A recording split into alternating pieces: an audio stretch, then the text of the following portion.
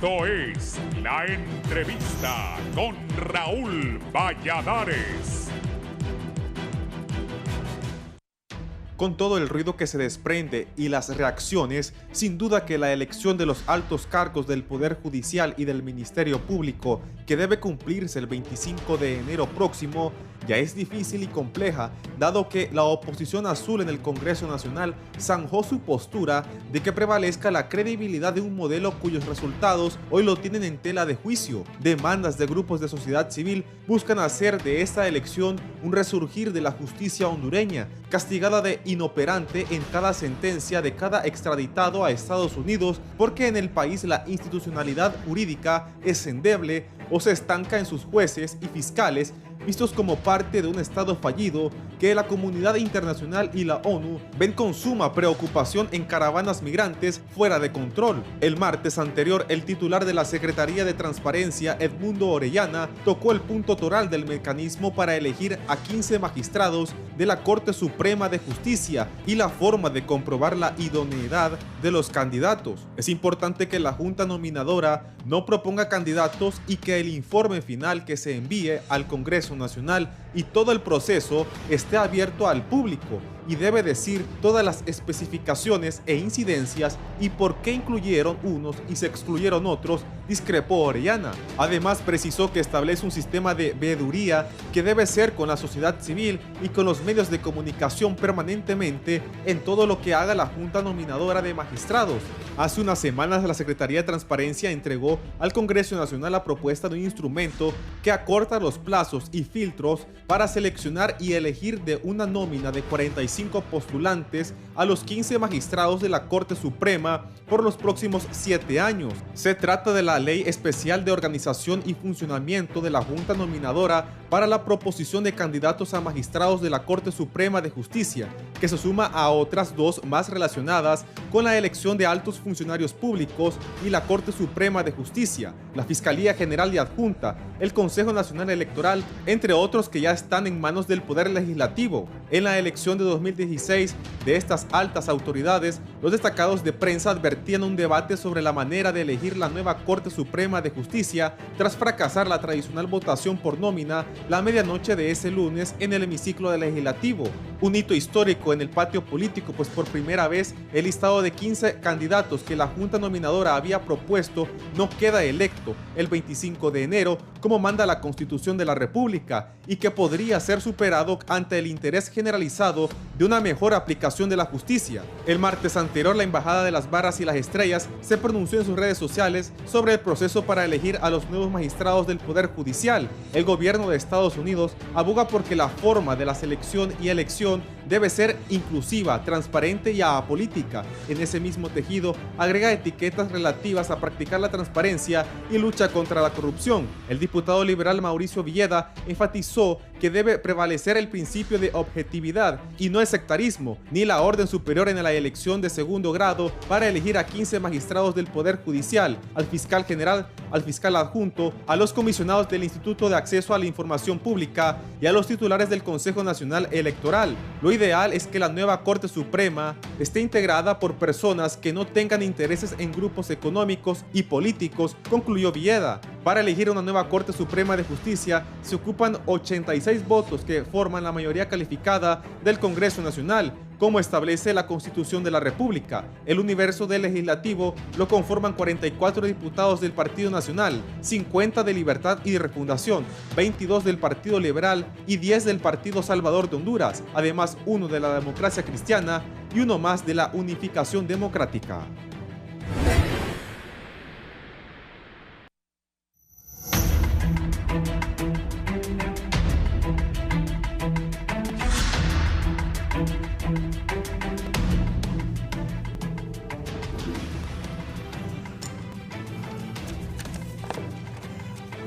Buenos días, gracias por estar con nosotros. Si me ayudan con el apuntador.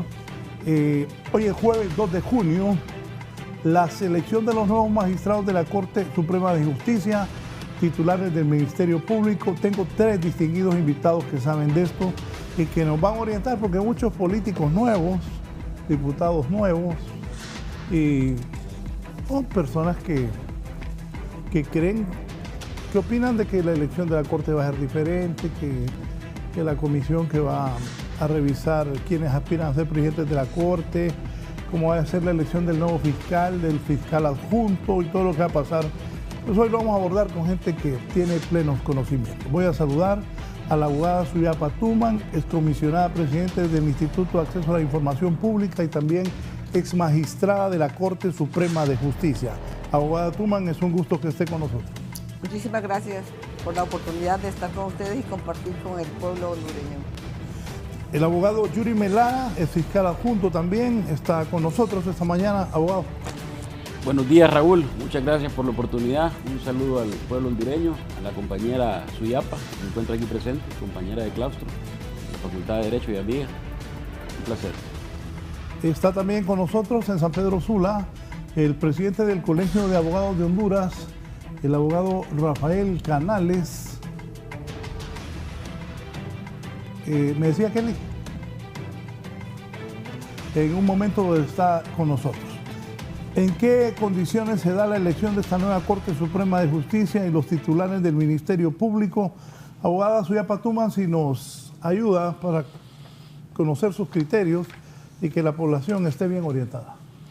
Muchísimas gracias. Bueno, estamos todos a la expectativa de este nuevo proceso de selección de magistrados de la Corte Suprema de Justicia y posteriormente del Ministerio Público.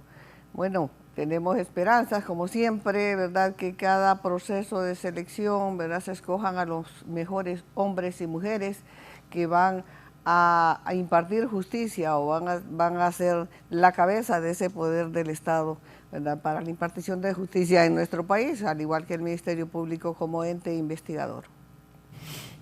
Abogado Yuri Melara. Sí, Raúl, efectivamente nos acercamos a un proceso que se da pues cada cierto tiempo para la elección tanto de la Fiscalía General como de la Corte Suprema de Justicia.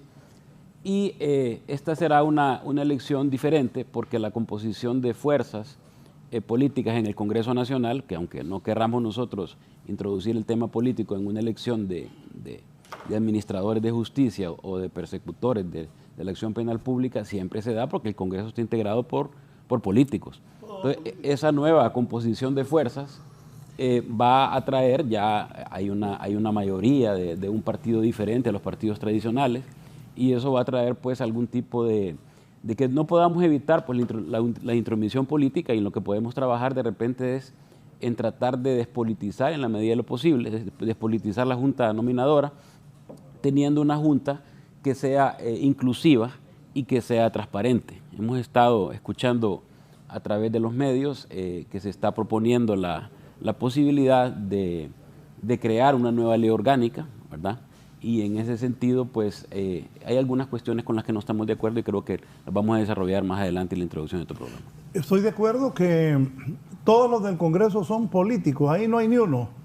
Desde los que están en este momento ejerciendo el poder hasta el último, hasta la aseadora que anda ahí, el aseador, el vigilante, son puestos por políticos. Díganme, de acuerdo a su experiencia, abogado Suyapa Tuman y abogado Yuri Melara, ¿ustedes en algún momento fueron electos por el Congreso Nacional? Correcto. ¿Qué cambios deben hacer ya tiempo después de que ustedes fueron? Cuando mucha gente habla escuchaba ahí a la señora Maribel Espinosa diciendo que la comisión que va a elegir tiene que ser, ojalá personas muy honestas y todo, y que van a definir, pero los que votan son los diputados. En relación al tiempo de ustedes, a hoy, ¿qué cambios deben haber? ¿Qué visualizan?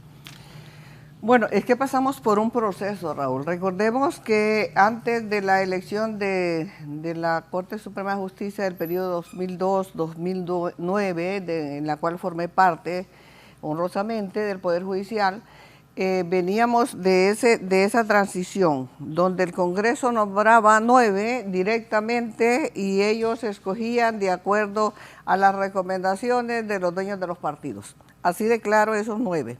Luego, el Congreso Nacional elegía esos 9, cuando la Corte estaba integrada por 9 magistrados, directamente lo elegía el Congreso, ¿recuerda usted? Y, o recordémoslo pues. Y luego esos eran propuestos por los, como decíamos, los dueños del partido, como los presidentes del partido, la alta dirección de cada partido. No nos debemos olvidar, ¿verdad?, que siempre hay un componente político. Y bueno, el Congreso elegía. Yo no me puedo quejar, por ejemplo, de la corte de don Salomón Jiménez Castro. Eran eminentes juristas que la conformaban esa corte. Los partidos políticos que al final proponían indirectamente, porque a través de sus diputados a esos candidatos, se preocupaban por buscar los mejores hombres y mujeres para integrar el Poder Judicial, ¿verdad? Verdaderos juristas, esa corte que recuerdo yo, incluso empecé a laborar en el Poder Judicial, estaba rectorada por don Salomón Jiménez Castro, ¿verdad? El maestro Chavarría, la abogada Espinal y Díaz, entre otros, la abogada Ligia Melara, bueno, personajes jurídicos de nuestra profesión, excelentes profesionales. Don Salomón Jiménez Castro, yo recuerdo eso. ¿Y por qué eso? Porque era una persona objetiva, imparcial y un gran profesional, no como dicen, un doctor verdadero en derecho, que conocía mucho las leyes. Y en ese orden, pues, empezaron ya a haber cuestionamientos, ¿verdad? Porque recordemos que siempre había uno que otro que decía los magistrados son millos, y eso fue dañando el prestigio del Poder Judicial. No importa cómo llegues, Raúl, al Poder Judicial, no importa quién te recomiende, no importa quién te proponga, lo importante es cuando tú asumes una posición en un cargo público, ¿verdad? El único compromiso que tienes que tener es con el pueblo, con la aplicación de la ley y hacer correctamente tus cosas. Bueno, me voy a extender un poco, luego llegamos a la reforma constitucional, donde se establece ya una junta nominadora integrada por 7 sectores y donde están involucrados pues sociedad civil, el sector obrero, universidades, Poder Judicial, Comisionado de Derechos Humanos, el COEP, bueno, si me escapa son 7 organizaciones que integran esa junta nominadora. Y en esa junta nominadora pues debe seleccionarse a los mejores también personas honorables, profesionales, no necesariamente abogados, pero sí profesionales, para que tengan los criterios necesarios para ver las capacidades de cada uno de los candidatos y que ya la Constitución de la República lo establece. Pasamos ese proceso donde se seleccionaron, ¿verdad? Proponen 3 por cada puesto, mandan 45, llega al Congreso y ahí es donde en el Congreso Nacional debe seleccionar entre esos 45 que mandan a los mejores hombres y mujeres. Y ahí pues esa etapa debe ser lo más transparente posible, esa selección debe ser lo más transparente y objetivamente posible para que lo que llegue al Congreso no tenga alternativa de escoger lo que los candidatos mandaron, con la seguridad de que mandaron los mejores candidatos de nuestro país, para escoger sus 15. Pues ya, si después buscan afiliación, pues bien, pero lo importante es que sean personas que tengan capacidad, que sean honorables, que sean correctos, ¿verdad?, en su actuación. Sí, Raúl, definitivamente que la Junta Nominadora ha sido una buena intención de querer despolitizar el proceso de selección de altos funcionarios del Estado, como ser los fiscales generales y los miembros de la Corte Suprema de Justicia. Sin embargo, al final, la parte política siempre va a incidir al llegar al Congreso Nacional. Entonces, eso solo queda en una buena intención. Y aparte de todo, que al final llega al Congreso Nacional y se politiza. Entonces, ¿qué queda en buena intención? La Junta Nominadora.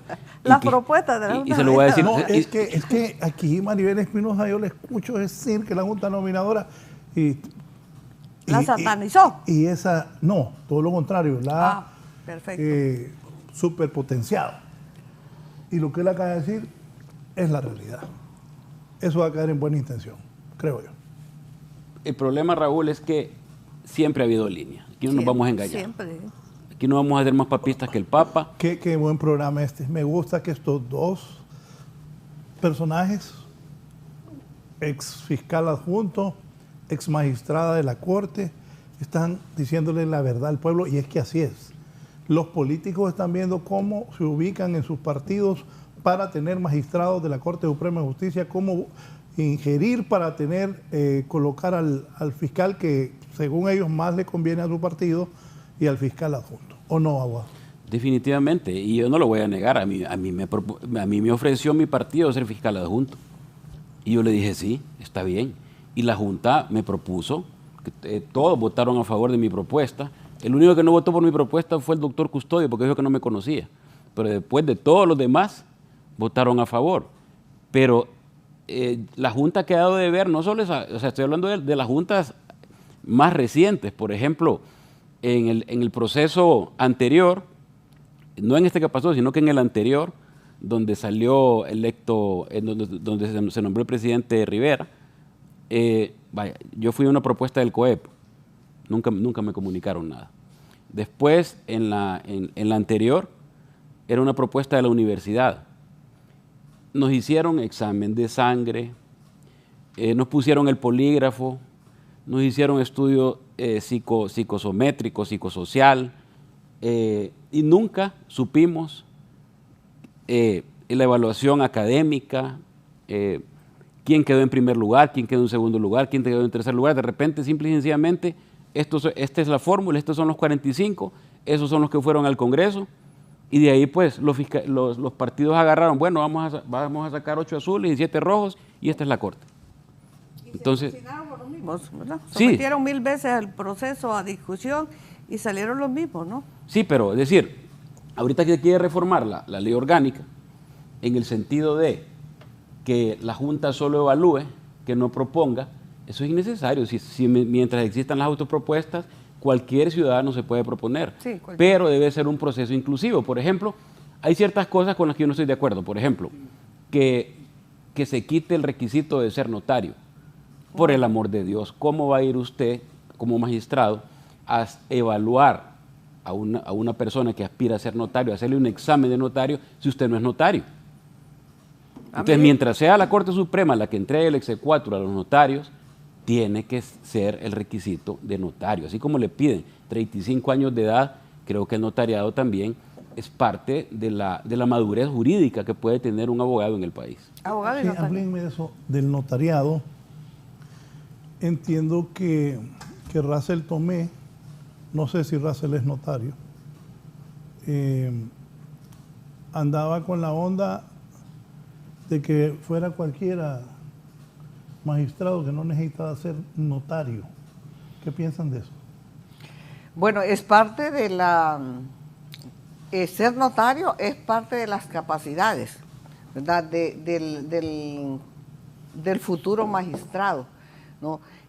Muchas veces he oído a muchos políticos, y bueno, me extraña, Russell es un profesional del derecho que siempre ha estado comprometido con la justicia y con el derecho, ¿no? Y lo conozco desde que era estudiante.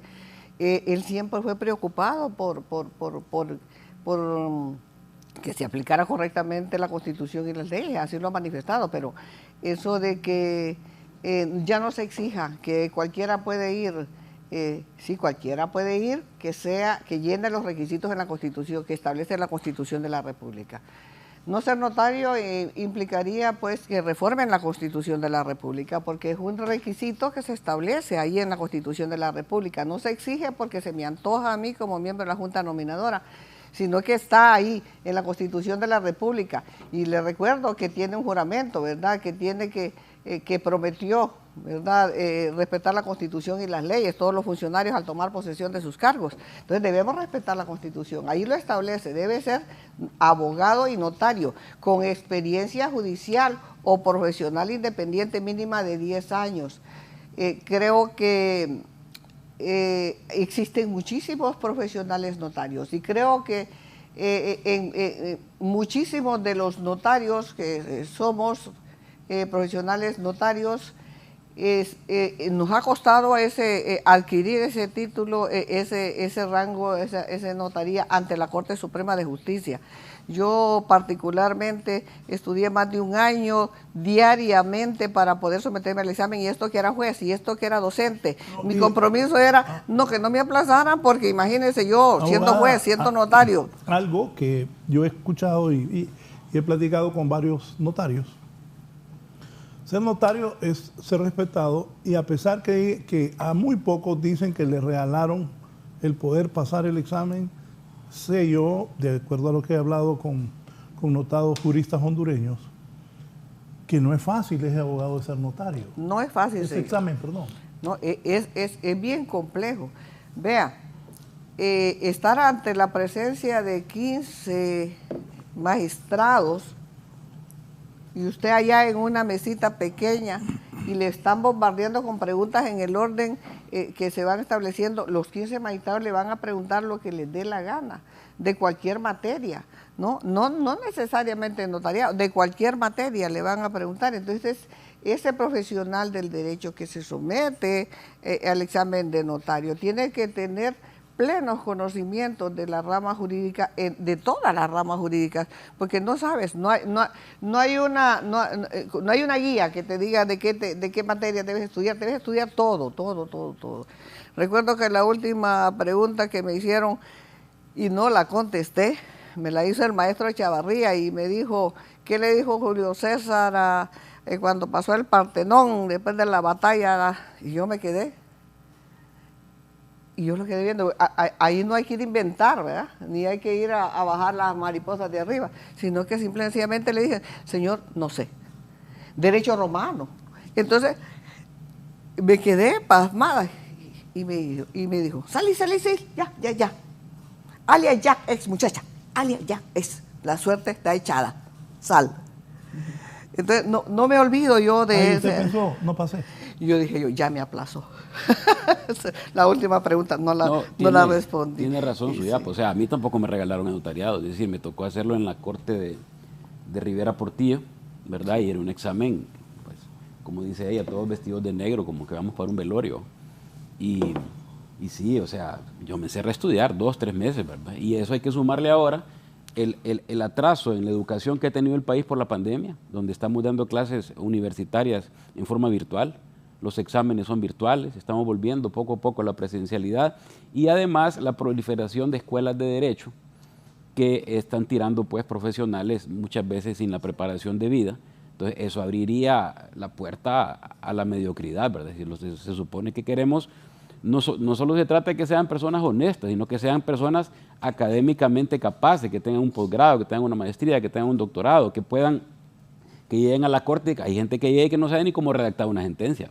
Y lo que tienen ahí son asistentes que han sido buenos alumnos, que han sido jueces, y esos son los que les hacen el trabajo. Entonces un magistrado así dejaría mucho que desear.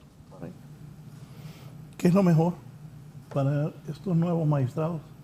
Para el país principalmente. No, para el país es que y la justicia se seleccione a los mejores hombres y mujeres que midan sus capacidades, ¿verdad? De ese profesional del derecho de manera objetiva, y que, bueno, tenga reglas claras, porque vea, eso del psicométrico, eso del como el examen de sangre, a ver si es drogo o bebe o lo que sea, que es denigrante para uno. Yo nunca estuve de acuerdo, pero me sometí. Si me sometí a las reglas, pues bueno, me propusieron, me sometí y fui objeto, ¿verdad? Incluso que lo desnudan totalmente a uno para examinarlo y hacerle los exámenes. Hasta para tomarle la prueba de orina se mete una persona con el candidato al baño y no hay respeto a la intimidad de las personas. Pero bueno, no sirvió de nada al final. Al final escogen a quien quieren escoger y no le rinden cuentas a nadie. Aquí es un tema de publicidad y de transparencia. Sí. O sea, está bien las audiencias públicas, está bien que se le dé la oportunidad al pueblo de presentar denuncias, de presentar objeciones, de investigar esas denuncias, correcto, de hacer pruebas de confianza, de entrevistar a los candidatos. Todo eso está muy bien, pero también hay que publicar los resultados, el por qué esta persona no pasó a las listas de 45 y por qué esta otra sí pasó. Ahora, el tema al final va a ser político, y además No nos vengamos aquí a bañar con De a darnos baños de pureza, ¿verdad? Porque los titulares de la Junta también tienen afiliación política. ¿Y eso cómo lo va a cambiar? No hay persona que no tenga una afiliación, una simpatía a un partido político, ¿verdad? Como les decía, lo importante es que la persona que se compromete a realizar una labor la haga correctamente de manera objetiva, ¿verdad? Que seleccione a los mejores hombres y mujeres. Pero no entonces, hay compromiso,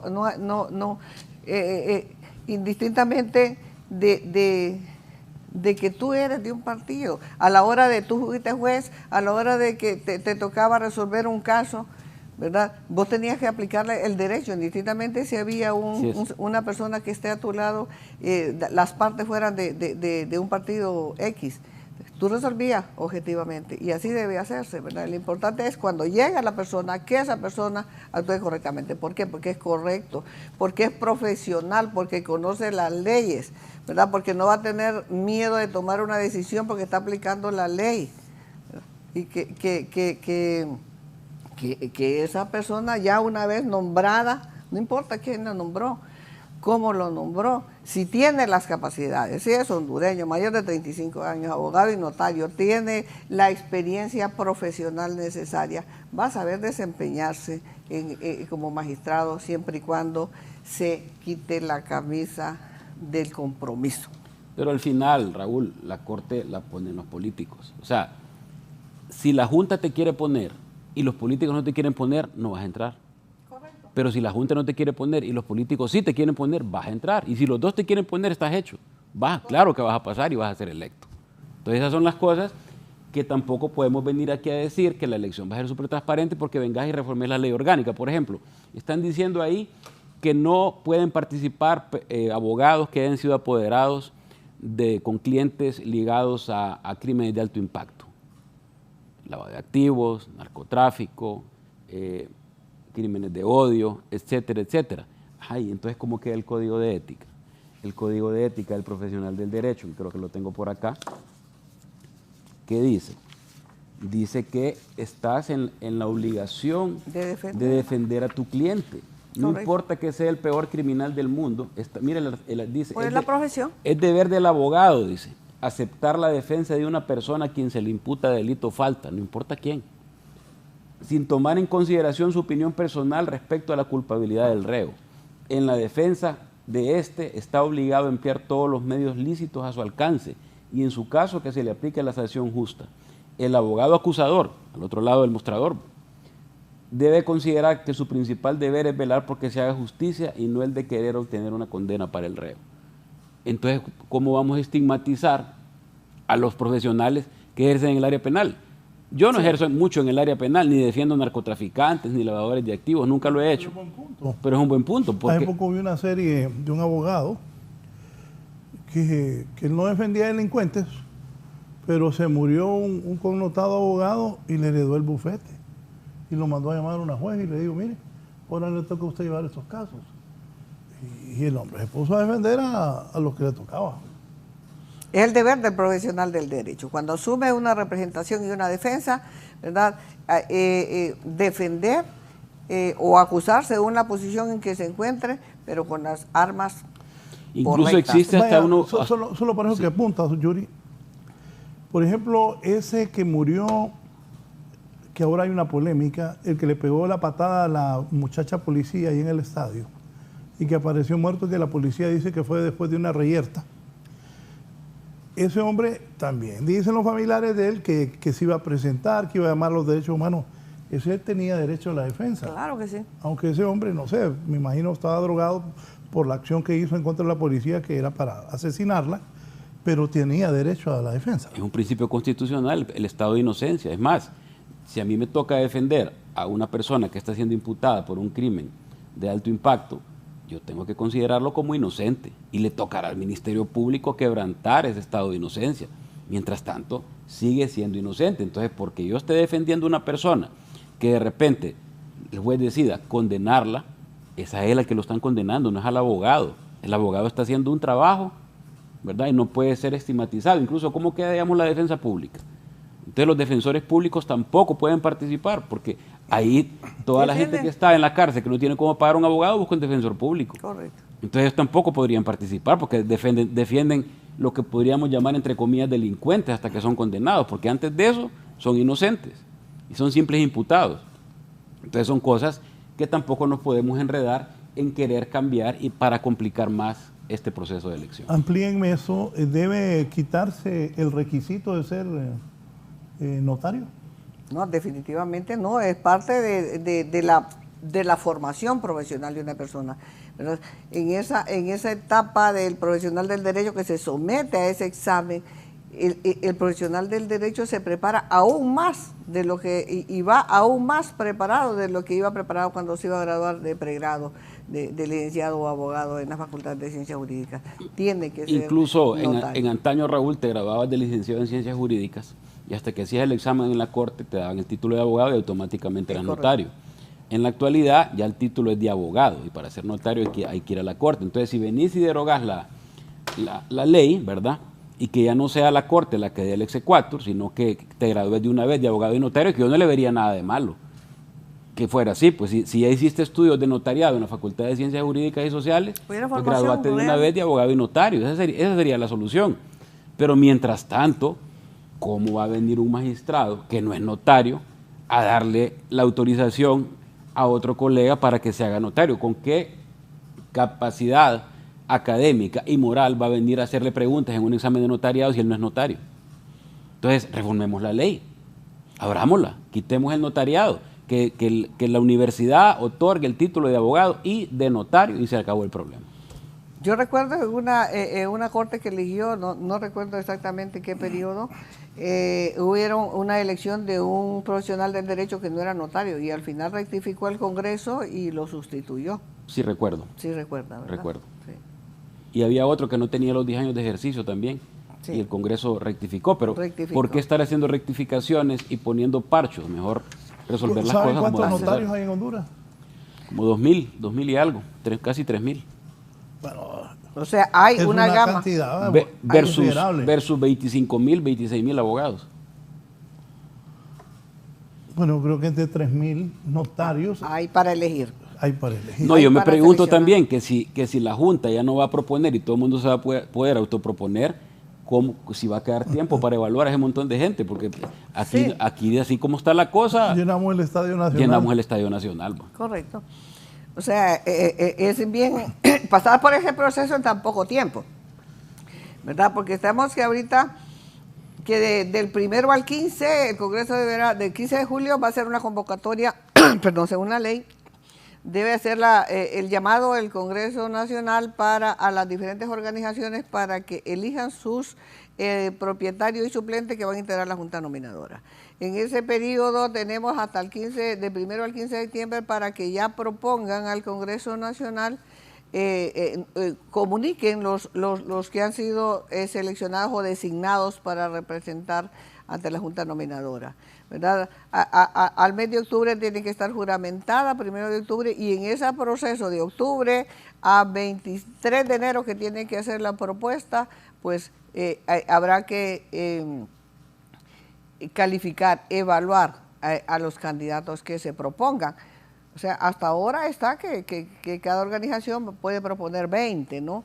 Que serían 140 más los autopropuestos. La ley lo permite y de hecho, por ejemplo, en la corte que yo formé parte, la abogada Olinda Pineda se autopropuso y salió seleccionada, y en la corte pasada creo que también, no tengo la información correcta ahorita, no confirmada, pero sí se permiten los autopropuestos. Todo aquel que quiera someterse, pues que lo puede hacer, indistintamente si hay propuestos por cada una de las organizaciones. Pero le digo algo, abogada Tuman y abogado Melara, a mí me ha dado pesar algunas veces que veo que gente va, expone, se prepara, hace una buena presentación y yo ya sé a quiénes van a elegir.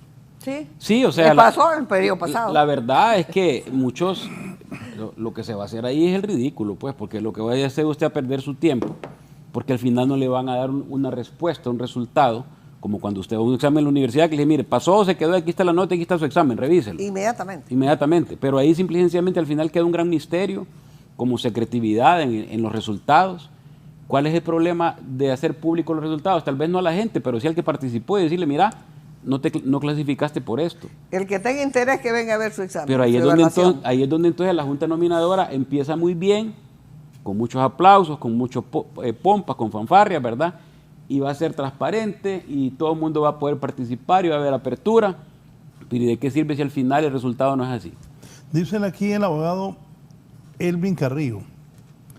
Buenos días. Con el respeto a los amigos notarios, actualmente para ser notario existe una alta dosis de compadrazgo político por la forma y manera para ser notario. Es cierto. Que quiten ese requisito excluyente. Muy acertada la opinión de Melara en relación a los abogados independientes que ejercemos materia penal.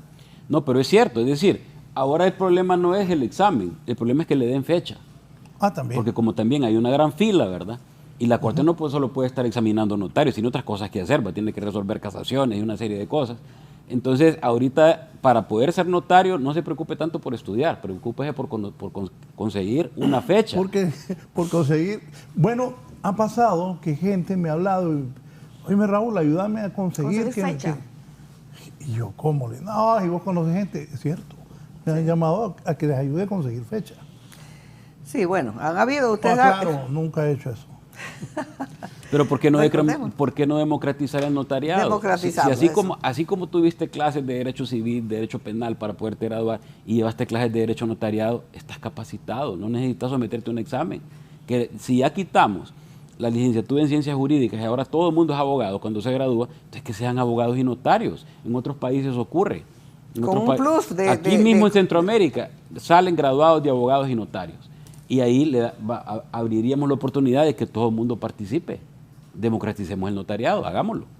Abogado Paulino Moreno de Tegucigalpa. Buenos días, abogado. Muy buenos días, licenciado Raúl. Un placer saludarlo y felicitarlo por su programa. Sí, yo quería más o menos intervenir en esta cuestión del notariado. Mire, el notariado en nuestro país aquí ha sido una argolla. Aquí se conoce ya eso, ya esos cuentecitos de que el notariado, que hay que ir a hacer un examen. El notariado no es ninguna situación académica, señores. El notariado no es una cuestión académica, es una cuestión del Estado. El notariado es del Estado. Por tanto, el título tanto de ustedes y míos es de licenciado en ciencias jurídicas. Ese es el título de nosotros. Ni siquiera es abogado. Abogado significa alguien que interviene en los asuntos de otra persona, un representante, eso es un abogado. Pero la carrera suya y mía es licenciado en ciencias jurídicas, ¿verdad? Aquí el notariado es una autorización que da el Estado, no es ningún título académico. La argolla que se ha hecho en nuestro país sobre el notariado es otra cosa. Todos los notarios que ahora lo son, ¿cómo tuvieron un notariado? Por cuello. Aquí que no nos vengan a decir que el notariado es la eminencia. ¿A dónde me enseñaron notariado a mí? En la universidad. ¿Quién me enseñó notariado? Marco Antonio Laínez. Ese fue el que me dio notariado a mí. Entonces, han hecho una argolla dentro del mismo gremio de profesionales del derecho, que aquí el notario se cree superior al abogado. Y no es lo mismo. ¿Cuál es la diferencia entre un abogado y un notario? Que el Estado lo ha autorizado para que haga instrumentos públicos. Eso es notariado, pero no es que es ningún título académico. El título académico de ustedes y míos es de licenciado en ciencias jurídicas. Eso es. En otros países, cualquier persona es notario con tal que tenga los conocimientos básicos de su preparación. Aquí es una argolla. Aquí el notariado ha sido una argolla y podemos debatirlo esto, porque es necesario que aquí el notariado, una persona ya de 50 años, por ejemplo, con 10, 20 años de experiencia en la calle, aprendiendo el derecho en la calle. A mí no me enseñaron tanto en la universidad que como abogado, eso es mentira. Yo he aprendido mi carrera en la calle, en los juzgados y con mis clientes. Así que eso de que el notariado es necesario esa es pura amarre político. Aquí ya sabemos los notarios que se han, otorgado el notariado, cómo lo han obtenido. Aquí no nos den cátedra de lo que es el notariado. Buenos días. Buenos días. Sobre eso que usted dice, si hay 3.000 notarios, bueno, yo particularmente yo creo que no les han regalado el título. Tal vez a algunos con mucha influencia. Hay una historia de una persona que dicen que le mandaron el notariado a la casa, pero son cuentos y leyendas de Honduras que no se sabe. No, Raúl, pero de acuerdo con el abogado Paulino, mire, No, por eso, hay y él frustración, tiene su punto hay correcto frustración. también. ¿Sabe por qué le digo que hay frustración? Yo tengo compañeros que se graduaron conmigo allá en 1988 que no son notarios. Y no son notarios porque no les han dado fecha. Y hay personas recién graduadas que se acaban de graduar, que fueron alumnos míos y ya son notarios. Yo tengo confianza con el abogado. Yuri, llamaste contacto para conseguir fecha. ¿Cómo hiciste entonces? No, fíjate que yo en ese tiempo era juez. Era juez y entonces pues no me costaba mucho subir las gradas donde el presidente de la corte y le dije, ya tengo todos mis requisitos. Tuve que esperar un año. Y en un año me dieron la fecha y estudié, me sirvió para estudiar 2 o 3 meses. Incluso lo hicimos con Quique Bucher. Quique lo hizo un viernes y yo lo hice el siguiente viernes y nos encerrábamos a estudiar durante 2 meses, ¿verdad? Y no, pues no era tan complicado. Ahora lo que pasa es que como hay tanto abogado, imagínate que yo era cuenta 2.289 y ahora 25.000, entonces ahora la demanda es mucho mayor. Todo el mundo quiere una fecha. En aquel tiempo las fechas estaban ahí. Incluso se daban el lujo de hacer un examen el último jueves de cada mes. Ahora hacen exámenes todas las semanas. ¿Qué pareja estudiando? Quique Bucher y Yuri Melar. Oh, grandes profesionales. No, pero no fue bien. Ambos. No fue bien. No, y son buenos profesionales. Sí, ¿Y usted cómo hizo? Yo también era juez en ese tiempo, ¿no? Y me preparé más de un año estudiando todos los días, después de las 4 de la tarde hasta las 10 de la noche estudiaba. Y también llené mis requisitos, acredité mis requisitos. Teníamos que esperar el tiempo de graduado, ¿verdad?, para asumir la experiencia y los años de ejercicio profesional. Y luego 5 años. Lo hubiéramos hecho antes. Sí. Y luego de eso, pues, llenado esos son los requisitos, formado el expediente, igual, ¿verdad? Yo fui a hablar con Lucy, y Lucy, que era la secretaria, ¿verdad?, para ver qué posibilidades había de que me asignaran fecha. Y un buen día me llamaron y me dijeron, mire, fulano no vino a hacer el examen. O sea, quedó una fecha, no va a venir, se excusó. Pues lo hace, yo lo hago. Y me metí 5 de diciembre, un 5 de diciembre. Entonces estamos hablando, Raúl, de 1995, con 2.000 abogados colegiados. Sí. Ahora estás hablando del año 2022 con 25.000 y que todos quieren ser notarios. Sí, hubo una experiencia, me recuerdo que para eso democratizar, como dice Yuri, el notariado y el famoso examen, hubo un examen escrito, pero al final como que los ese aplazaron examen, a todos. Salieron aplazados todos, los que se sometieron pasaron como 10 profesionales del derecho de ese examen escrito, y después se volvió de nuevo al examen Eran verbal, 600 participantes, y creo que solo pasaron como 10. Sí. Bueno, y que lo hagan, pues, si aún mantienen la competencia, porque es una competencia del Poder Judicial, hacer ese examen para otorgar el exequatur, es cierto, esa autorización de ministro de Fe Pública que da el Estado a través del Poder Judicial a los notarios. No basta con que sepan hacer el formato de la escritura, tienen que tener conocimientos fundamentales de todas las ramas del derecho para saber hacer una escritura. Y que lo hagan, pues, que lo hagan por escrito. Nosotros nos sometimos a las reglas en su momento y tuvimos la oportunidad. Esa es una oportunidad que se nos dio y lo pudimos y lo sustentamos. Ahora, pues, si hay 25.000, 28.000, 30.000 profesionales que quieren ser notarios, pues que se vaya programando, y lo que sí se puede reformar son la ley secundaria más rápido, en el sentido de que reglamentariamente el Poder Judicial tome decisiones de volver a los exámenes escritos a ver cuántos pasan. En El Salvador hacen 2 exámenes al año, y igualmente pasan de 500, de 1.000 pasan 50. Bien, voy a hacer una pausa, pero antes me dice el abogado Wagner Vallecillo. Buenos días, Raúl. A mí me tocó esperar 20 años para hacer el examen de notario. Todos nos preparamos para hacer ese examen. Además, requiere de mucha madurez el ejercicio del notariado, y esas capacidades son importantes para ejercer la magistratura. No hay duda de eso, dice el abogado Warner Vallecillo. Buenos días, Raúl. Saludos a mis maestros honorables, me dice Vilma Zúñiga. La abogada Zúñiga dice a los abogados Suyapa Tuman y Yuri Melara: en cuanto al tema, considero que se debe regular sobre las fechas del notariado por las preferencias. En lo demás, totalmente de acuerdo con lo debatido. Una pausa y continúo con mis invitados.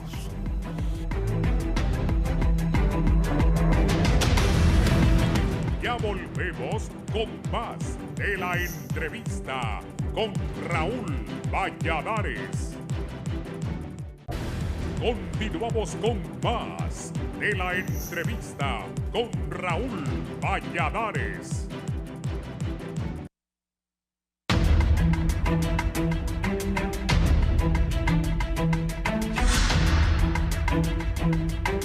No, hay tantos temas que hablar con estos dos distinguidos invitados que tengo. Buenos días, licenciado, me dice el abogado Félix Ávila. Justo como dicen los abogados ahí, yo hice mi examen de forma escrita el 30 de octubre del 2001 y lo aprobé junto a unos pocos. Como ellos lo afirman, fue complicado. 1000 preguntas en una jornada de 8 a 12 y de 1 a 4. Me honra haberlo aprobado. El examen fue administrado y supervisado por CADES, creo, que así se escribe, sí, Empresa de Contratación de Recursos Humanos. Sí, correcto. Fueron pocos los que aprobaron. Sí, no, y Pues duro el examen. La duro. verdad, yo pienso que ustedes tienen aprobación, que ser notario es un plus, ¿no?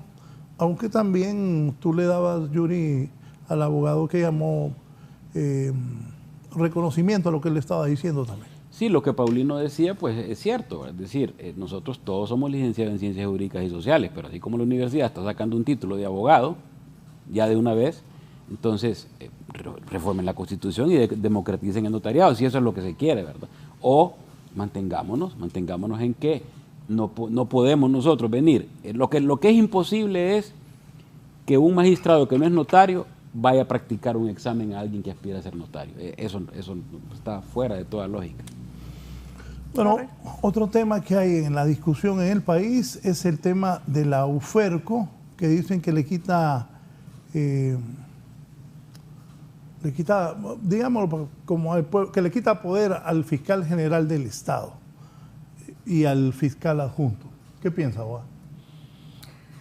Bueno, yo creo que es innecesaria esa reforma, ¿verdad? Porque las fiscalías siempre han tenido, ¿verdad?, esa potestad para presentar los requerimientos correspondientes. No era necesario establecer esa ley especial. Están limitando la potestad de la institución. No es una cuestión del fiscal si le tiene confianza o no le tiene confianza. Aquí no debemos personalizar, ¿verdad?, para normar. Las leyes se hacen de carácter general, no para resolver cuestiones particulares.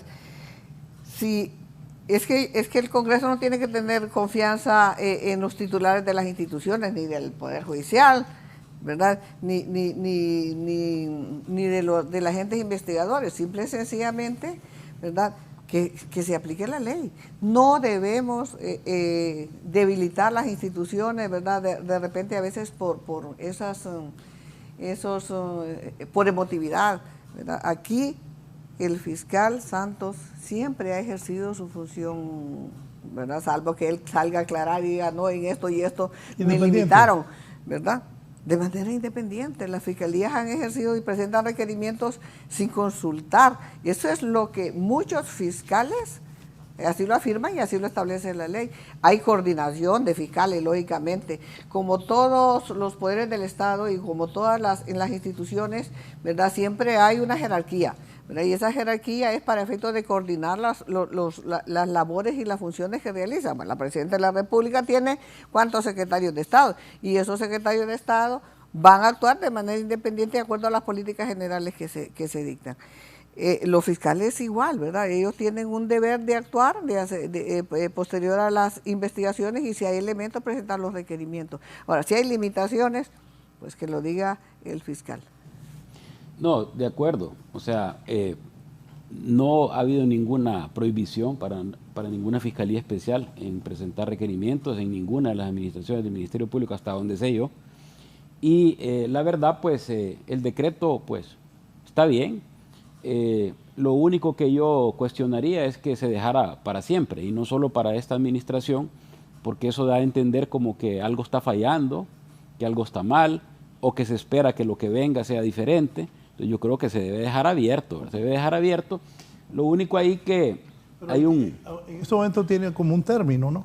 Sí, hasta que termine la actual Fiscalía La General. actual fiscalía, las actuales autoridades. Entonces, si lo vas a hacer, hacelo. Particular, ¿no? O sea, si la idea es quitar cualquier traba para que el Ministerio Público pueda ejercer su función constitucional, que es el ejercicio de la acción penal pública, porque no puede tener trabas. Incluso el artículo 9 de la ley del Ministerio Público lo que te dice es que el fiscal lo único que necesita es llegar al tribunal y presentar su acusación, que nadie lo puede detener, nadie lo puede restringir, nadie lo puede limitar. Entonces, sí debería de ser, si lo van a hacer, pues que sea amplio. Y todavía es el momento de que la comisión lo revise antes de que vaya a ser sancionado por la presidenta, ¿verdad? Que vaya a ser publicado en la Gaceta, para que quede de manera abierta. Ahora te voy a decir, ahí por ejemplo, le están dando ahora funciones no solo de perseguir redes de corrupción, sino que también corrupción individual, ¿verdad? Y hay un reglamento en la Fiscalía donde está la FEDCOP, que es la Fiscalía de Transparencia y Combate a la Corrupción Pública, que no persigue redes de corrupción, pero está la UFERCO, que perseguía redes de corrupción. En ese sentido, va a haber una duplicidad de funciones y vas a tener una FEDCOP donde van a haber problemas de competencia, donde FEDCOP va a decir, no, yo tengo que conocer ese asunto, y UFERCO va a decir, no me toca a mí, porque ahora le estás dando las dos aristas de lo que era corrupción individual y lo que era redes de corrupción. Entonces hay que tener cuidado con esos decretos que se aprueban de repente sin mayor meditación y a la carrera. Es correcto, ¿verdad? Tienen que, no tienen que ofuscarse, ¿verdad? En las regulaciones, en las leyes, tienen que analizar, ¿verdad? Todos los pros y los contras para tomar la decisión. Lo que andan buscando, pues, es que el combate a la corrupción, estamos de acuerdo, ¿no? Pero igualmente tienen que hacer un análisis de la ley y no partir de un solo a tomar esas decisiones que al final, pues, mellan las instituciones. Sí, es muy acertado que le hayan asignado presupuesto, ¿verdad? El Ministerio Público, no solo esa fiscalía, sino que en general ese ha sido el eterno problema. Un fiscal llevando 500, 600 casos con su celular, con su vehículo, si tiene vehículo, con su gasolina, haciéndola de investigador también, ahí donde la cosa se complica. Pero el fiscal Santos es un fiscal profesional de carrera, ¿verdad? Es responsable. Él no va a presentar un requerimiento por presión. O sea, a los tribunales hay que ir con evidencias. O sea, los hechos se prueban, no se presumen. Entonces, si usted va sin evidencias, va a tener un revés. Va a tener un revés. Entonces, no se trata de que estás en libertad para que acuses a todo el mundo. No. Siempre has estado en libertad y acusá en los que tengas evidencias para evitar pues sufrir un revés en los tribunales, porque el Ministerio Público, su función no es obtener absoluciones, es obtener condenas.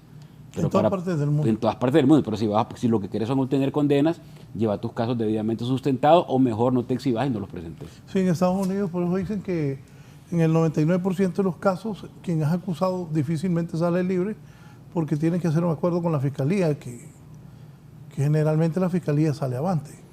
Así es. Aquí, por ejemplo, sería muy bueno que aprovecháramos este ímpetu y este impulso legislativo, por ejemplo, para aprobar otras cosas que de repente son más importantes. Por ejemplo, la ley de colaboración eficaz. Eso es importantísimo, sería una herramienta increíble para el Ministerio Público. Pero vaya, que venga o no venga la MASI, si aquí hay fiscales de carrera, Pero que hay fiscales capacitados, o la CICI ahora. Un amigo tuyo y mío, también abogado y notario, me dice, hay gente que Se ampara en eso. No, y que en las cárceles se cuentan cosas, reos unos a otros, para hacer ese tipo de acusaciones. Que es bien delicado eso de colaboración eficaz. Es que debe de regularse y verla en toda su extensión, ¿verdad? O sea, no se trata de que vamos a tener un sistema de chismes, sino que vas a tener un sistema de que estás involucrado en el hecho, ¿verdad? Y que vas a dar información valiosa para llegar a personas que han tenido una mayor participación o para llegar a las cabezas del hecho delictivo. Así se maneja en otros países, pero no se trata de que me pasaron un chisme, yo estoy en la cárcel y voy a contar el chisme y de esa manera yo voy a recuperar mi libertad. O sea, tiene que llevar una regulación, ¿verdad? Y un estudio, como una comisión de juristas, ¿verdad? pero por lo menos empezar a trabajar en ese tema porque sí es una herramienta muy importante para la Fiscalía. Sí, pero como le dijeron a Raúl, sí, hay que tener mucho cuidado porque aquí muchas veces, ¿verdad? A puros chismes, ¿verdad? Pero se actúa chismes en- comprobables. O sea, usted puede ir a la Fiscalía en Estados Unidos, por ejemplo, a decir lo que usted quiere y si no es comprobable, su testimonio no sirvió de nada. Sí, hay que tener mucho cuidado en eso, ¿verdad? Sí, si va a ser un instrumento que beneficia o no beneficia, pero tiene que tener mucho profesionalismo, ¿verdad? En la aplicación de esa ley, si se aprobara eventualmente, ¿no? Sí, hay mucha gente que le tiene miedo, no miedo, sino como temor, Reserva. reserva de que va a hacer algo que con un chisme de repente condenan a personas. ¿Usted cree que en el caso de los hospitales móviles funcionaría la ley de colaboración eficaz? Claro que sí. funcionaría. Bueno, claro que sí. Yo tengo O sea, mis- aquí nadie se cree ni se traga que los que están ahí son las únicas dos personas que han tenido. Y ahora que le ver. voy a dar una pregunta. Me contaron que estaban unos presos jugando naipe.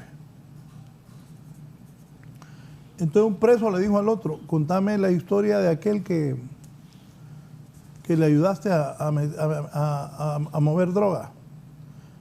Te doy tanto dinero. Y entonces aquel le contó la historia, cómo lo hizo. Entonces sin conocer al acusado, se ofreció como testigo. Un testigo Compró de la oídas. historia. Testigo de oídas no tiene Sí, valor. Raúl, pero es que no es que yo te venga a contar, sino que también hay otros datos. Dame fechas, Es que le dame dio, nombres, es que le dio fechas. dame y no- cantidades, Le dio fechas, dame nombres, circunstancias. fechas, nombres, rutas, compró la información. Y el acusado La decía, utilizó. "Si ese señor no lo conozco, como nunca lo he visto en mi vida", pero estaba dando datos exactos.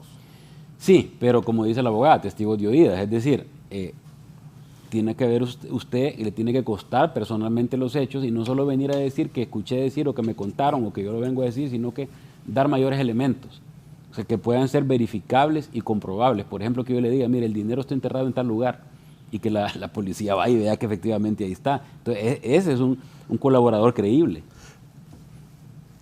Insisto, porque esta historia, ese le contó hasta eso.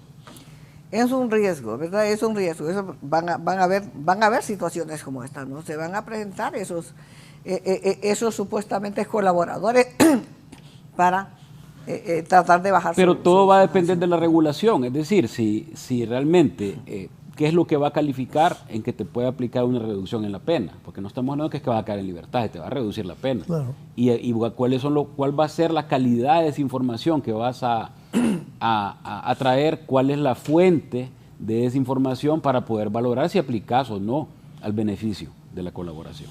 Yuri, pero el Código Penal establece atenuantes para eso, para alguien que colabora en una investigación y está acusado y colabora, hay atenuantes, ¿no? Y que son aplicables en cuyos casos para disminuir la pena, como dice. Pero ahí hay que va a diferenciar también las personas que ya están sentenciadas y las personas que están en proceso. De repente hay que verlo también desde la óptica de una persona que todavía no está sentenciada, que esté en proceso y que a la hora de llegar a tener la pena, pues sea una pena disminuida. Así es, pero el Código Procesal Penal establecía todas esas situaciones y el Código Penal.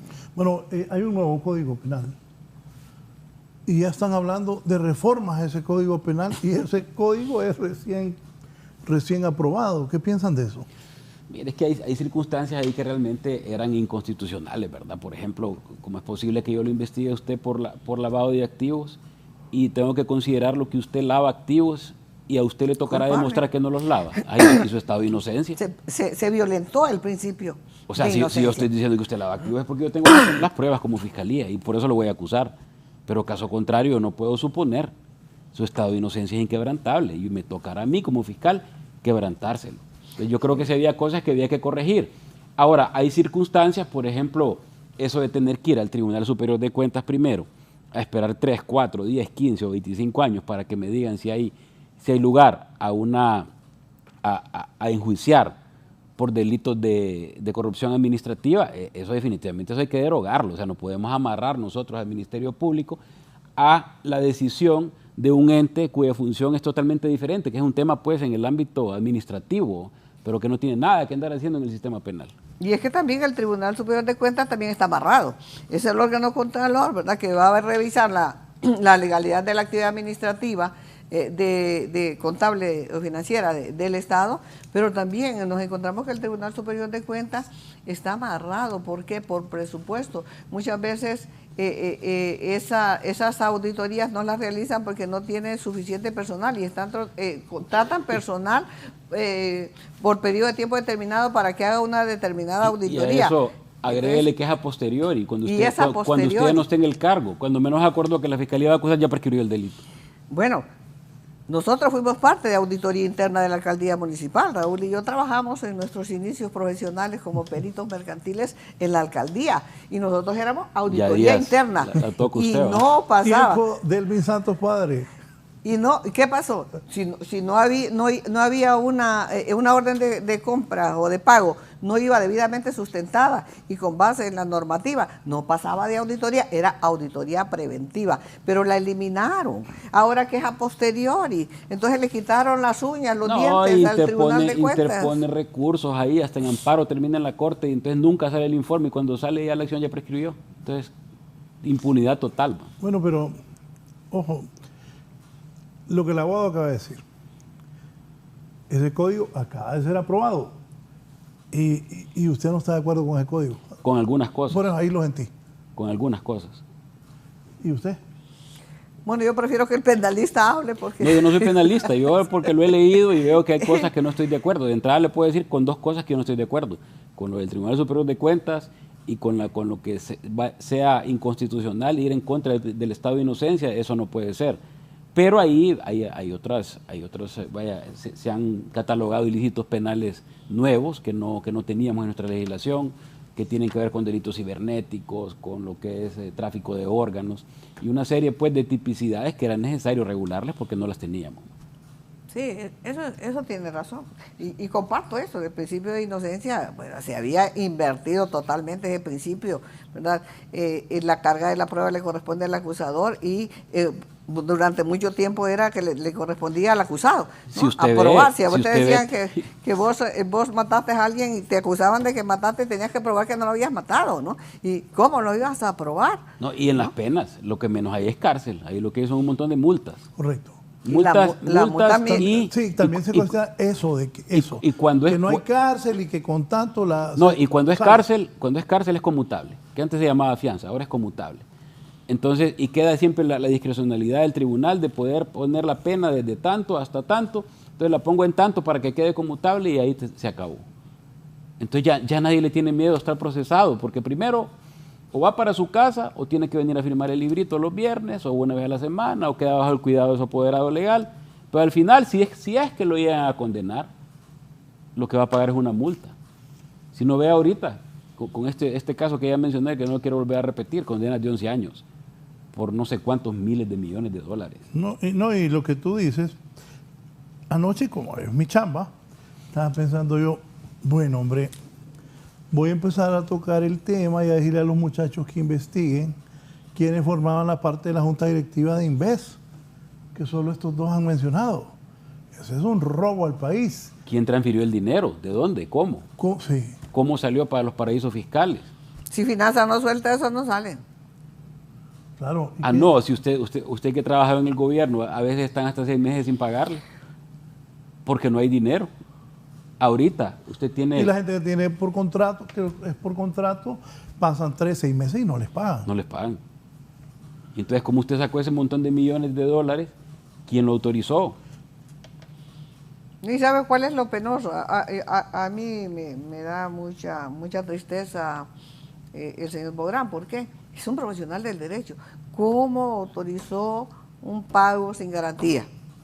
Si yo le voy a soltar plata en efectivo y sobre todo al extranjero, me tenía que mandar a mí un respaldo financiero de una institución bancaria garantizándome esa plata que yo le solté. Pero es que él no es la punta de la cuerda. Sí, los demás. Otra cosa, ¿cuánto fue el pago?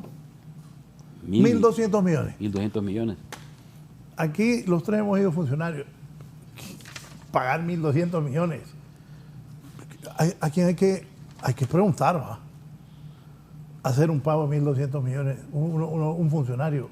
Si yo en el Ministerio Público, por ejemplo, un cheque de 100.000 empiras, se lo pasaba hasta 3, 4 veces a los auditores y verificaba y me tardaba como 3 días en firmarlo. Es correcto.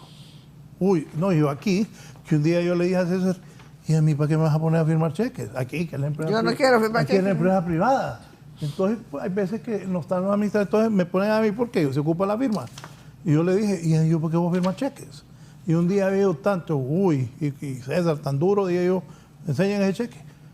No digamos en el Estado. En el Estado. No es tu dinero. Y 1.200 millones. No, ¿Y no. dónde están los otros? ¿Qué se debe hacer? Es una No, y investigación superficial. aparte de eso, Raúl, la garantía. O sea, ¿dónde está la garantía de calidad de esos hospitales? La garantía de cumplimiento. Sin ninguna garantía. La certificación del fabricante. O sea, agarrate 4 contenedores de esos que venden ahí en la salida del norte y les haces ventanas y esos son hospitales. Ojo, el que vendió esos hospitales, la defensa de él puede ser fácil. Claro. Porque... Yo vendo hasta piedras, dicen algunos. Claro, no, y yo... Si me las compras, bueno. Bueno, uno cipote no se llore. Y todavía ahora hay una venta de carros, Copar se llama, que uno se mete ahí a ver. Compras tu carro. Sí, uno compra el carro. Una vez yo no sabía, era novato y compré un carro inundado. Y, ajá. Y cuando veo aquel tamal, ¿cómo lo devolvía? No hay garantía. Sí, no sé cuánto dio de garantías de Chapín. No dio. Supongo que nada. No hay garantías.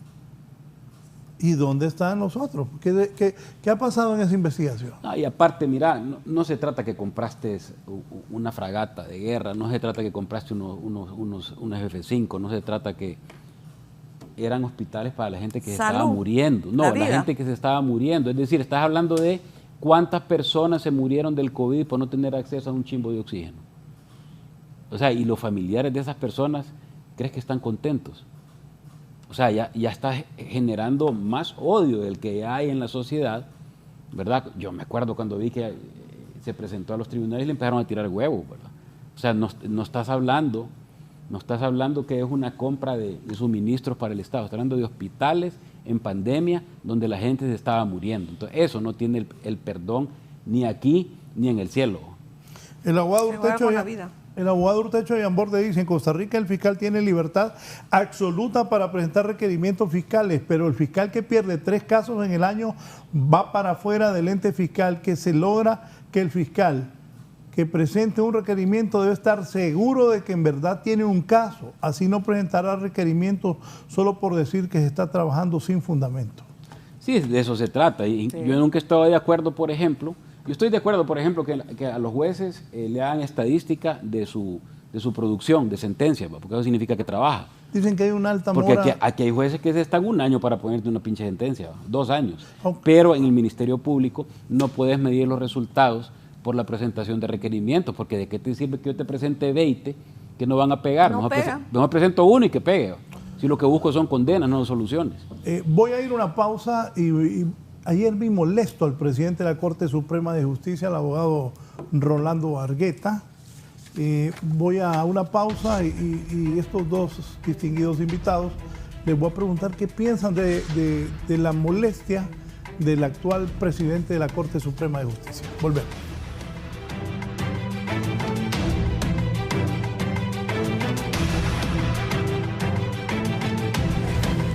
Ya volvemos con más de la entrevista con Raúl Valladares.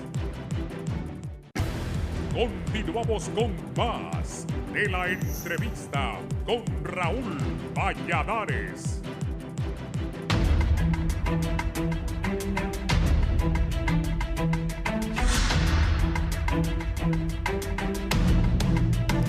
Bien, esta es la declaración que ha dado en las últimas horas el presidente de la Corte Suprema del país, el abogado Rolando Argueta.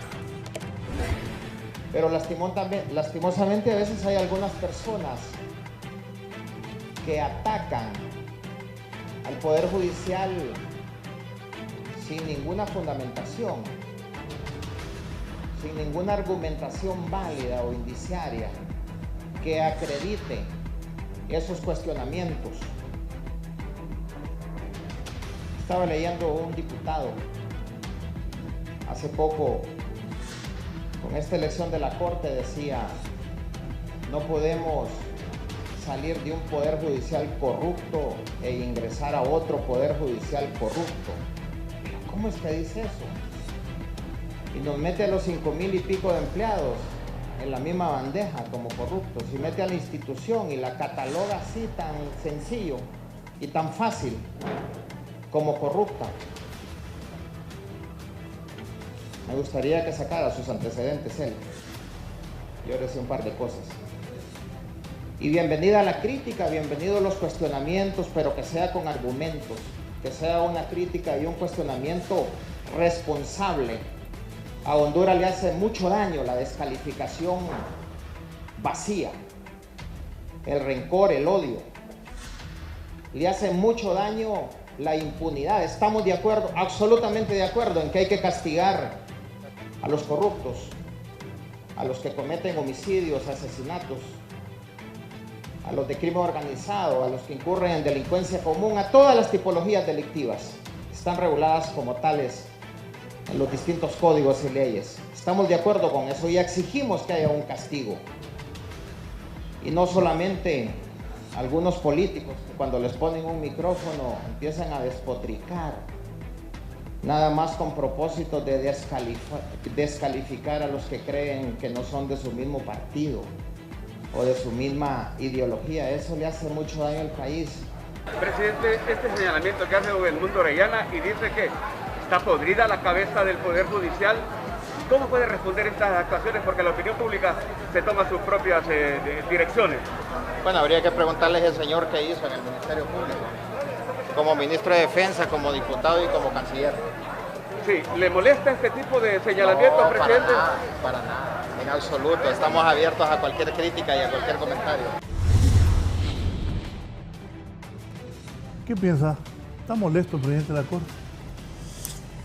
Bueno, cuando estamos en puestos públicos debemos aceptar la crítica, ¿verdad? Pero yo le digo en cuanto al Poder Judicial, que son muchísimos, bueno, dijo 5,000 empleados del Poder Judicial. Y es que el Poder Judicial no solo es, el Poder Judicial se califica por el ámbito penal. Y las mayores críticas hacia el Poder Judicial es por el ámbito penal, pero el Poder Judicial tiene una amplia sombría de jurisdicciones y materias y juzgados civiles, de familia, violencia doméstica, contencioso administrativo, laboral, que dan respuesta efectiva a las demandas presentadas, ¿verdad?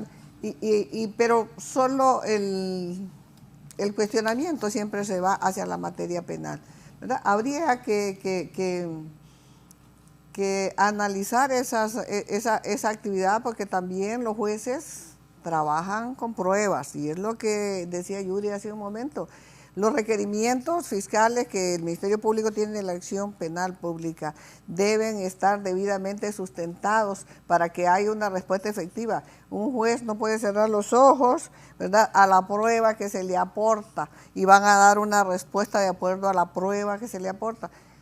Hay dos partes en un proceso penal, en un proceso civil, en cualquier proceso hay dos partes, y ambas partes llegan al proceso, prueba, y con esa prueba el juez decide. Así es que los jueces, pues, la labor del juez es incomprensible, es incomprendida. ¿Por qué? Porque el que pierde siempre despotrica, el que pierde siempre critica, y el que gana no dice el juez lo hizo bien. Así es que tenemos que acostumbrarnos a la crítica y tomarla desde el punto de vista positivo. Si estamos fallando, rectifiquemos.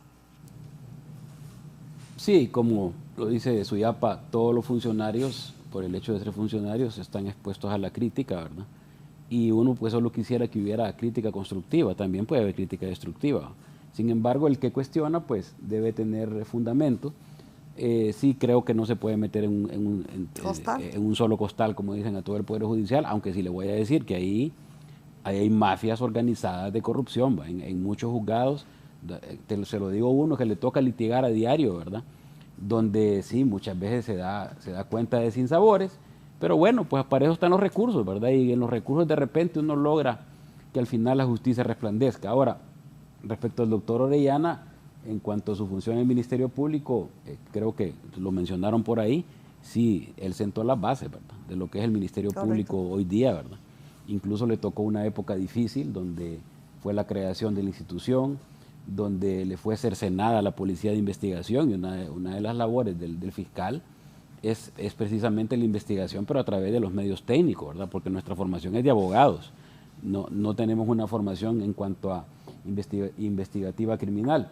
Sin embargo, pues, si de repente se cuestiona, pues me imagino que el que cuestiona debe tener fundamentos de las cosas que dice.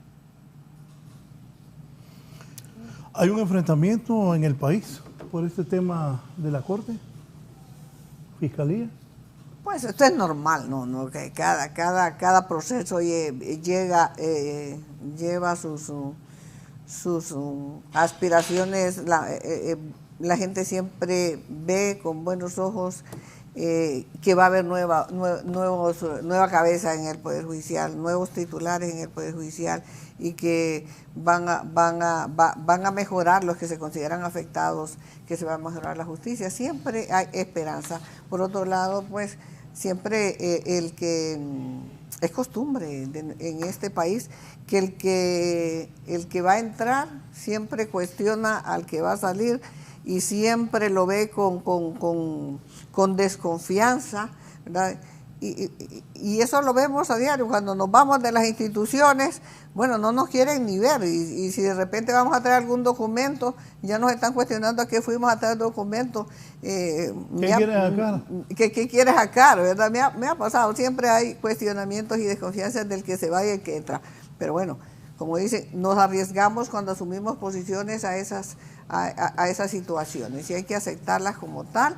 Y lo importante es que la persona que está se sienta tranquila, ¿verdad? Que piense, que considere que su actuación ha sido lo correcto, que ha actuado dentro del marco de la ley, porque el funcionario lo que tiene que actuar es dentro del marco de la ley, no tiene que apartarse. Muchas veces se consideran dioses en los puestos, se consideran intocables, pero eso somos temporales, o han sido temporales, pues.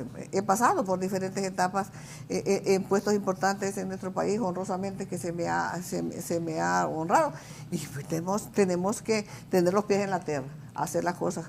Pero los que se quedan y los que se van son los 15, los demás ahí se quedan. Ahí se queda el Poder Judicial. Hay una estabilidad laboral ahí, una ley de la carrera judicial, y eso también es un problema, ¿verdad? Como dice ella, se creen dioses. Hay magistrados de cortes de apelaciones, jueces que llevan años de estar ahí, y está bien que se queden los correctos, pero no los que se dedican a otras cosas. Sin embargo, creo que esto se está empezando a calentar. O sea, esto apenas empieza, creo que va a ser ¿Qué es calentar? Este proceso de selección. Se ríe su Este proceso de selección se va a poner bien complejo. Recuérdese que no solo se trata de nombrar 15 magistrados. Aquí se trata de que ahora ahí se conocen las solicitudes de extradición. Se trata también de que la Corte Suprema conoce los procesos contra los altos funcionarios del Estado, ¿verdad? Entonces, tiene toda una complejidad el tema, en el cual muchos sectores quieren jalar agua para su molino. Yo escuchaba en la mañana en HRN de que ya se andan moviendo los sectores interesados en tratar de imponer a algunos de los miembros de la nueva Corte. Entonces creo que hay que tener mucho cuidado, hay que hilar fino, ¿verdad? Y poder llevar un proceso, pues, de la manera más transparente, de la manera más participativa posible, desde la Junta Nominadora hasta llegar al Congreso Nacional. Don Gilberto Ríos está con nosotros. Don Gilberto, buenos días. Buenos días, Raúl, un placer participar siempre en tu programa, siempre atentos. Su comentario sobre lo que me decía del presidente de la Corte. Sí, bueno, para nosotros hay un análisis bien simple, digamos, de lo que está ocurriendo, y sobre todo con esta reacción que usted muestra ahora mismo de Rolando Argueta, ¿verdad? Los nacionalistas están cayendo en una desesperación tremenda, porque, bueno, se hacen números todos los días, les podría faltar un diputado nada más a la oposición para poder poner una Corte Suprema de Justicia diferente, y lo que nosotros hemos visto es que la narcodictadura, todo el proceso de 12 años de concentración de la riqueza y del poder en una sola élite económica, está refugiada dentro de la Corte Suprema de Justicia, pues. Entonces se volvió su bastión, ¿verdad?, para defender todo lo que han hecho durante estos años, incluso en años anteriores también, muchas mafias que se han apoderado del Estado de Honduras. Así como dijo su invitado, el exfiscal Yuri Melara, no, esto no se está calentando, esto está ya casi a punto de ebullición, ¿verdad? Y va a estar realmente ardiendo para este año, porque es un tema que preocupa profundamente a los sectores de poder en nuestro país. Y me parece, quiero agregar, que lo del UFERCO, que también es un coadyuvante para que esto se esté incrementando su temperatura, también debe tener un complemento a nivel de sociedad civil y de movimiento popular que deben identificar la necesidad de depurar la Corte Suprema de Justicia como una de las necesidades más importantes para trascender la situación que atraviesa nuestro país. Gracias, don Gilberto Río, participando esta mañana. Me dice aquí Larisa Barahona, abogada, excelente foro, panelistas y profesionales del derecho. Saludos. Pues ojalá que sea lo mejor para el país, ¿verdad? Y que sean hombres y mujeres. Aquí, Raúl, la palabra no es poner magistrados.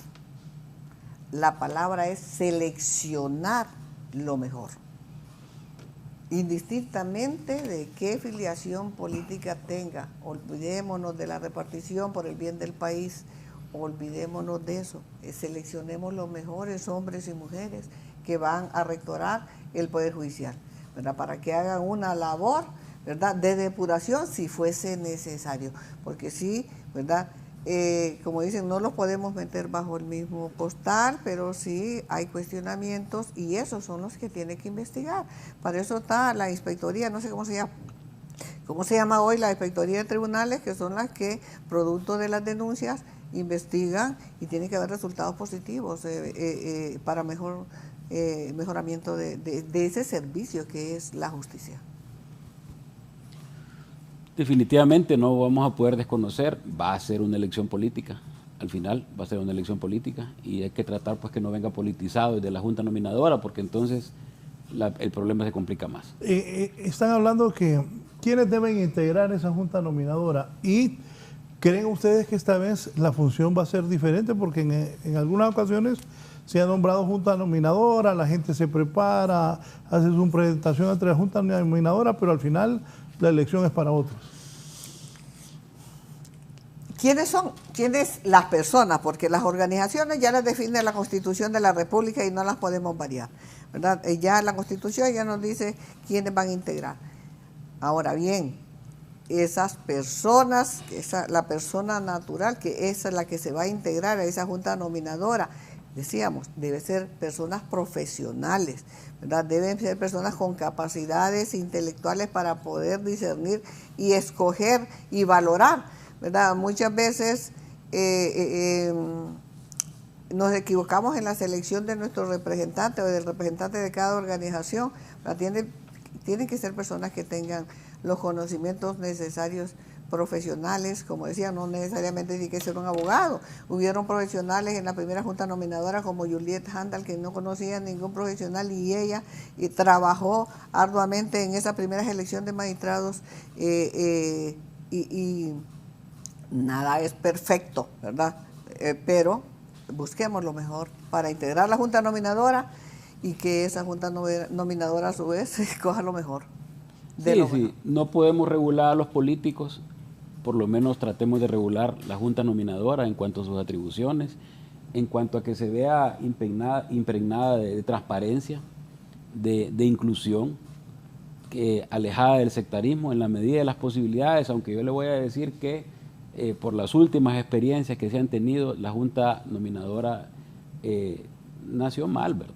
Nació mal y no creo que haya un gran cambio trascendental, salvo pues de que realmente se hagan las verdaderas reformas necesarias en su ley orgánica para poderle dar un buen funcionamiento. Pero la verdad es que las juntas han quedado mucho en deber a la sociedad, no ha habido transparencia, no ha habido inclusión, ¿verdad? Y se le ha dado muchas veces la posibilidad a los profesionales realmente capaces para que puedan participar, porque como le digo, necesitamos que lleguen magistrados estudiosos, que no lleguen a cobrar el sueldo nada más, sino que estudien, que resuelvan y que pongan sentencias. Ese es su trabajo, dictar sentencias. Correcto. Me dice el abogado Bouchard que cuando hicieron el examen juntos nadie regalaba nada. Sobre uno de los temas que hemos abordado aquí, la ley de colaboración eficaz, y tiene razón el abogado Urtecho de Amborde, ley de colaboración eficaz, de hecho se está aplicando. Vean el caso del Seguro Social, los famosos tetos, ellos se beneficiaron mucho con ventas en el Seguro Social, declararon el caso para enjuiciar a otros y a ellos no se les presentó requerimiento fiscal, lo cual había mérito para ellos, y es cierto. Ay, ¿y las cabezas de ese caso dónde están? No existen.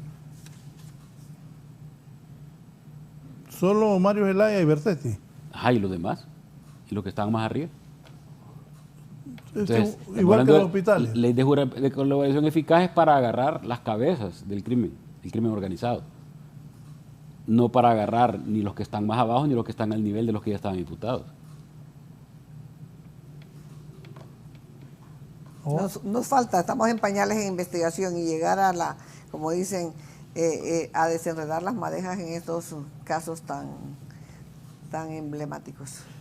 Bueno, quiero agradecerle a los dos por su comparecencia esta mañana. ¿Qué le dice al pueblo hondureño y qué espera usted de esta elección de Corte Suprema, Fiscalía, Fiscal Adjunto, de la Junta Nominadora, de los diputados en el Congreso?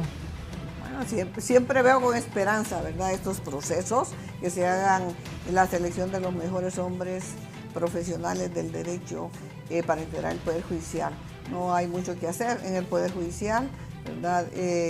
No solo estéticamente, no solo en edificios, sino que a nivel de su personal, ¿verdad? Hay mucho que hacer y esperamos que el Congreso Nacional escoja entre los mejores que mande la Junta Nominadora, ¿verdad? Y que esa Junta Nominadora le dé apertura a todos esos profesionales del derecho que tienen las capacidades y los requisitos, ¿verdad? Los requisitos son uno y las capacidades son otra.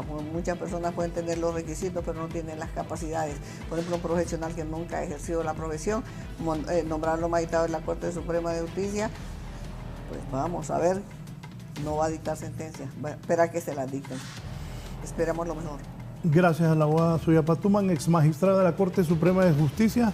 El abogado Yuri Melara, ex fiscal adjunto también. Sí, la clase política, pues, vemos con buenos ojos que hay buena intención en este actual Congreso Nacional de tratar de escoger a los mejores hombres y mujeres para que formen la nueva Corte Suprema de Justicia, que eso va a servir para diluir un poco el odio, el sentimiento, la división que ha habido en la sociedad hondureña, ¿verdad?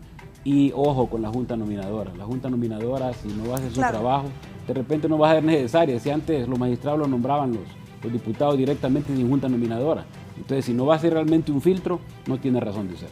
De hecho, la Constitución, un punto que decía, si la Junta Nominadora no propone en el tiempo, el Congreso nombra directo.